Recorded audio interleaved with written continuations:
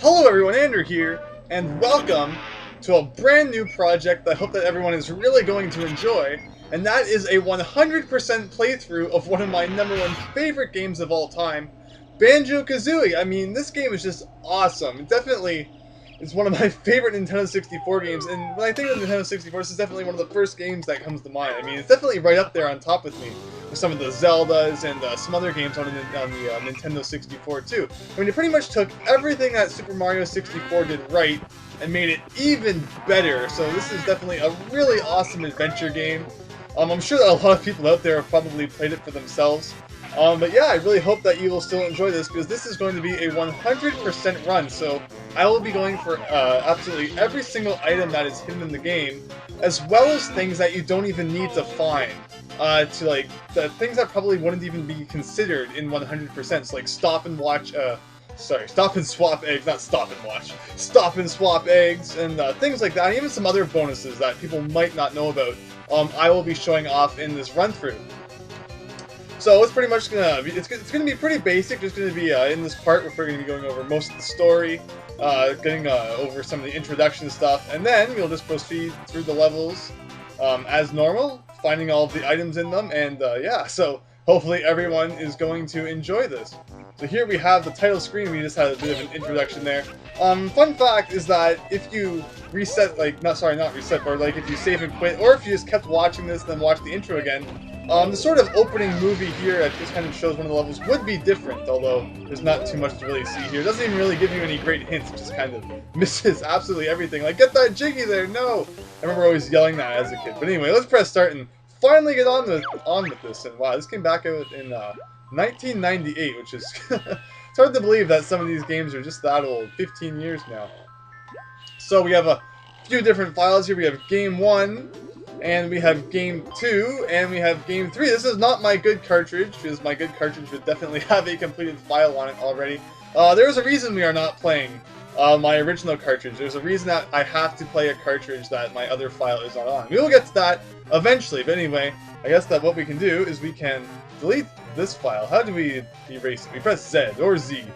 One of those two things. Okay, so are you sure? Yes, let's erase this file. Let's do the one with the Game Boy. That seems to fit my channel's theme well enough. Banjo playing an awesome retro portable console. So let's press A and get this game started with. First, we have a really cool introductive cutscene here. Rare games were always really good like that. They had really good kind of stories to them, good cutscenes, like as far as their Nintendo 64 games go, and the characters in those games are really cool. They have great personalities. There's usually a lot of good jokes to go along with them, even in games like Donkey Kong Country games. I mean, just look at Cranky Kong, an awesome character. It's pretty funny, so I'm just going to not interrupt too much. I'm not going to voice over things, because when I do try to do voice acting, it usually sends people to the hospital for ear surgery, so I will just let the characters make their sound, and then you can enjoy the cutscene.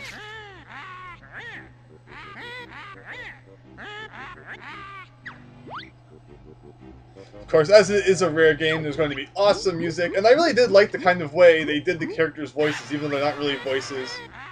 It's just sounds. It really worked out quite well.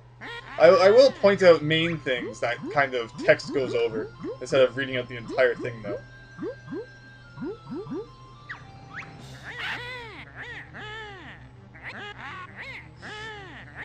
That's pretty funny.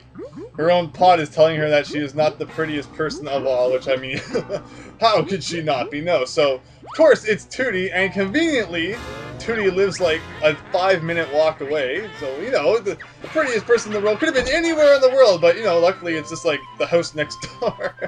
That's pretty convenient if you ask me. So here we cut to our, well, the sister of our protagonist, I suppose.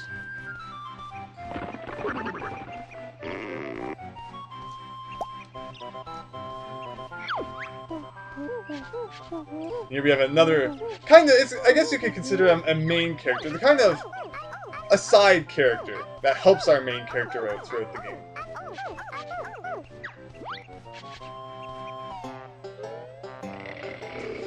Of course, Banjo is still in bed. This sounds like me. Not wanting to get out of bed in the morning. Yeah, there's stuff to do. Yeah, sleeping a little bit longer.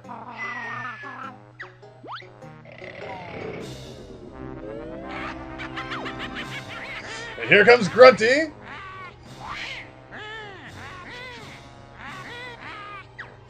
Grunty has this really awesome thing where she has to rhyme in pretty much every sentence. I remember I was on like a rhyming rampage for months after playing this game. So many good memories. I'm sure I'll be going over them as we play through the game. Just how much fun I used to have playing this back in the day. I still have like vivid memories of when I got this for Christmas. Such a good game.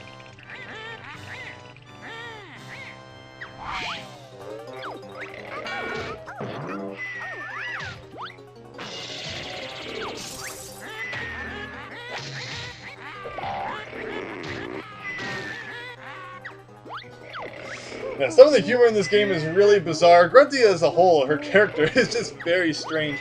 As you'll see, we'll definitely find out some very bizarre things about her as the game goes on, and you will see why. But overall, yeah, so what we have here is, of course, Tooty being kidnapped, and then Banjo's finally like, maybe I should get out of bed and check that out. Or not.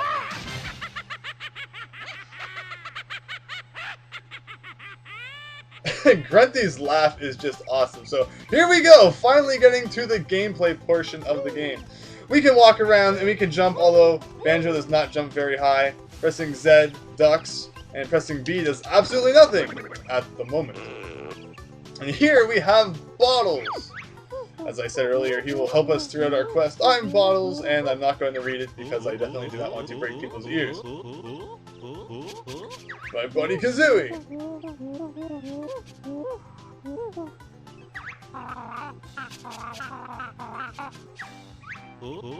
And Kazooie's thing is kind of giving everyone a really bizarre nickname, so keep that in mind. It's really funny. I did actually not remember that they did not know each other at this point. I guess it's just kind of a good way of introducing all the characters, make the first kind of conversation in the game between two people who don't know each other, but still. I always thought that they knew each other when the game started, but I guess not. It's kind of funny how you wouldn't know that the witch's lair up there, considering your house has been facing it for who knows how long now.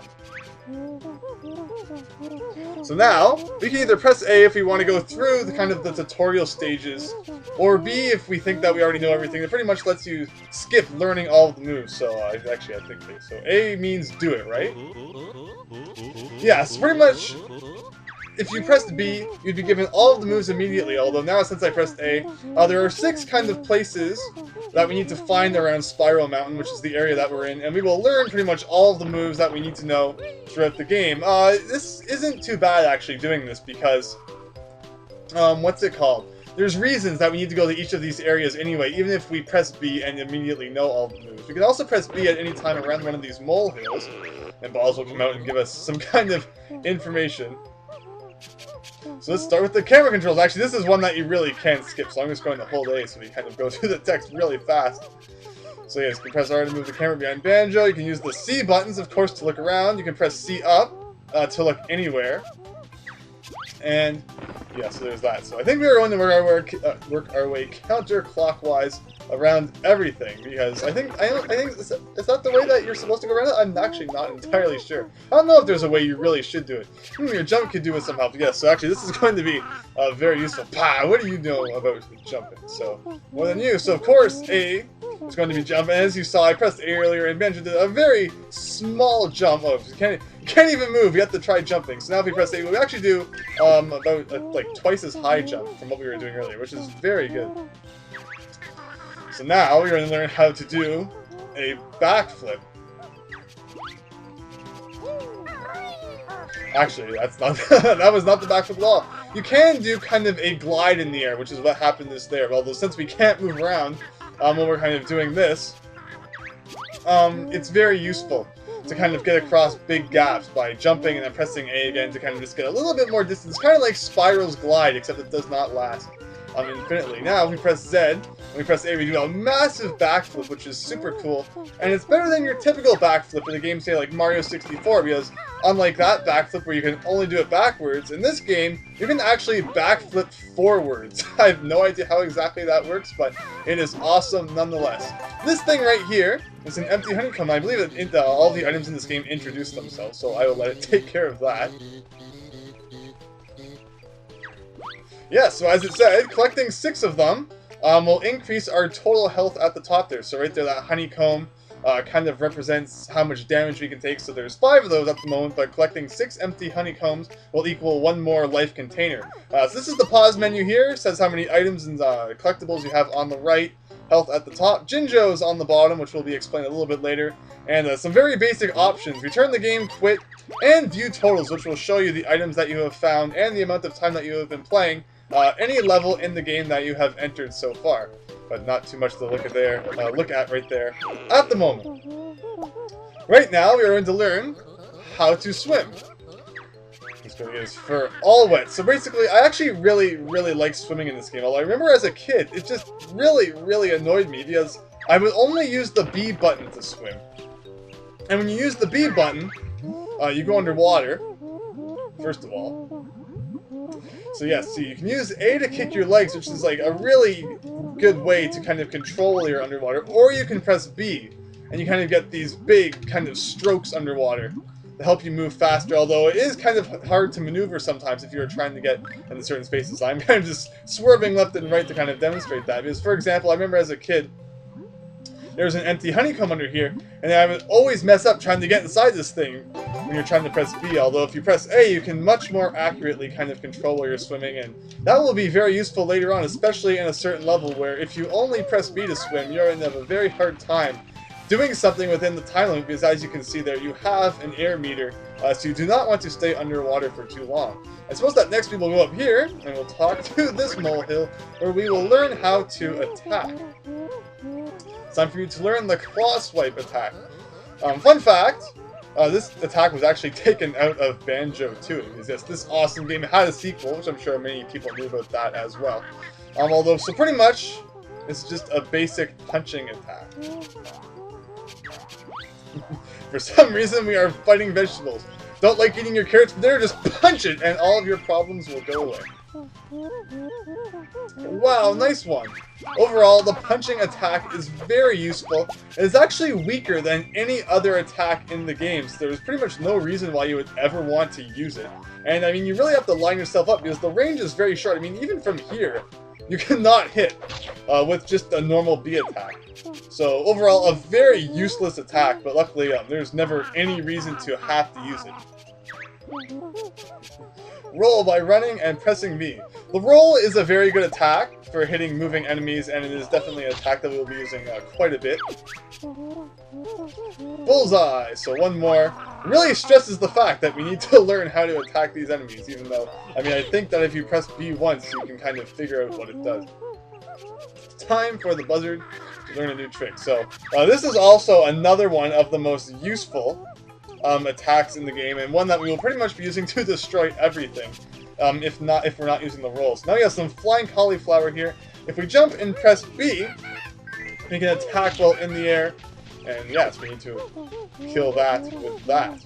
I wonder why on earth they ever thought of attacking vegetables. Actually, the vegetables are not even much of a threat. I mean, this guy doesn't even try to attack you. You're pretty much killing him for absolutely no reason.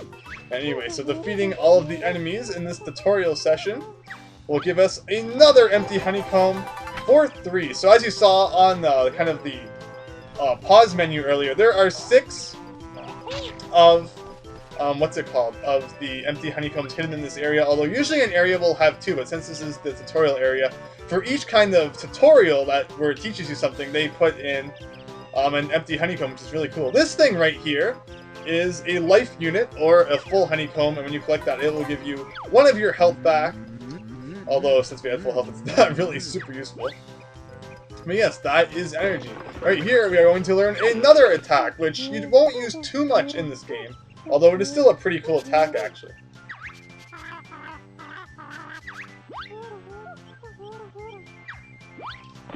So hold Z, and then press B, and you can kind of smash through things, which is really cool. This will be used for kind of opening doors and stuff in the future. Although overall, if you kind of just want to attack enemies, a roll is good. Although holding Z and pressing B, I believe it actually does more damage than just your typical roll. So you do need to keep in mind that not all of your attacks will deal the exact same amount of damage. Just like I said, the punch is weaker than anything, and it also has the worst range of all of them, so there's pretty much no reason to ever want to use that. Anyway, now we are up to 4 out of the 6 honeycombs in this area, which means we have 2 more tutorials to go. And let's see. What is this one up here? I believe I know what it is, although I won't say. Let's see. Hope you're not afraid of heights. Definitely not, because you're going to be climbing to the top of an epic tower in this game after we enter the Witch's Lair. Which I have to say is definitely one of my favorite kind of overworlds of the game. Meet me at the top of Spiral Mountain and I'll tell you what to do next. So actually, yes, that is the last kind of tutorial thing. I forgot that one of the things we actually already knew, because there is a honeycomb over there, although it is too far away, so it is not showing up. Although if we look over there, we can see that there is an empty honeycomb on top of that tree that we can get, because we can now climb. So let's go up here, get this one, so that's number 5, and one final one over here will be number 6. Right now we don't move very fast, although luckily in the near future, although not in this part, we will learn an attack, sorry, I guess not, it's not really an attack, but a technique that will allow us to move much faster. So there we go, 6 empty honeycombs to equal 1 full life unit. And if you see, behind the waterfall there actually is something hidden, so if we do a perfectly timed jump and flutter, we can collect that, and that is an extra life statue. Lives in this game, pretty much if you die, you will of course lose 1 life, and if you lose them all, you will get game over, although there isn't really much consequence for that. You won't lose any items or anything. It will pretty much just boot you back to the title screen. You'll have to walk back to wherever you were when you got game over. So they're not really much of an issue, and they were actually removed in Banjo-Tooie because of pretty much how pointless they were. And I guess the Nintendo 64 is pretty much around the time when lives kind of weren't really that big of like a gameplay thing in games anymore. I mean, you had back in the NES days where you got game over, you're going all the way back to the start. But in pretty much every Nintendo 64 game, and even in many Super Nintendo games, getting game over really wasn't that much of a consequence. You just go back to the title screen, and maybe you would lose a little bit of progress, but overall, not much of an issue. Although in Nintendo 64 games especially, where things usually save after every level, getting game over and going back to the title screen, it was never usually much of a problem. So anyway, as Bottles just said there, we are going to go into the Witch's Lair and start off on our epic quest to defeat Grunty and rescue Tootie, as you can see right there. Right there!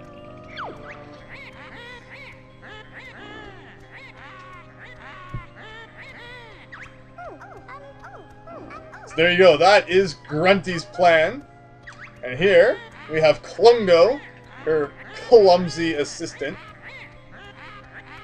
So yes, this is kind of the premise of the game. Hurry up and get to here before the machine activates. And as you can see, the machine is kind of starting right now, so I don't know how we have any chance of making it there before this kind of operation happens.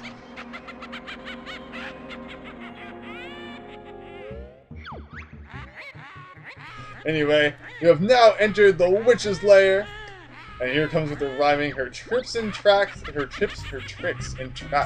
will begin, and we shall see who wins in the next part. Although, we'll probably not see who wins in the next part, because we have a lot of game to go through before the end. It is definitely a decently length game, and if we press start, we can see just how much time we spent on Spiral Mountain. Wow, 10 minutes. That was not super long. And as you can see, there are no notes or jiggy pieces there, puzzle pieces.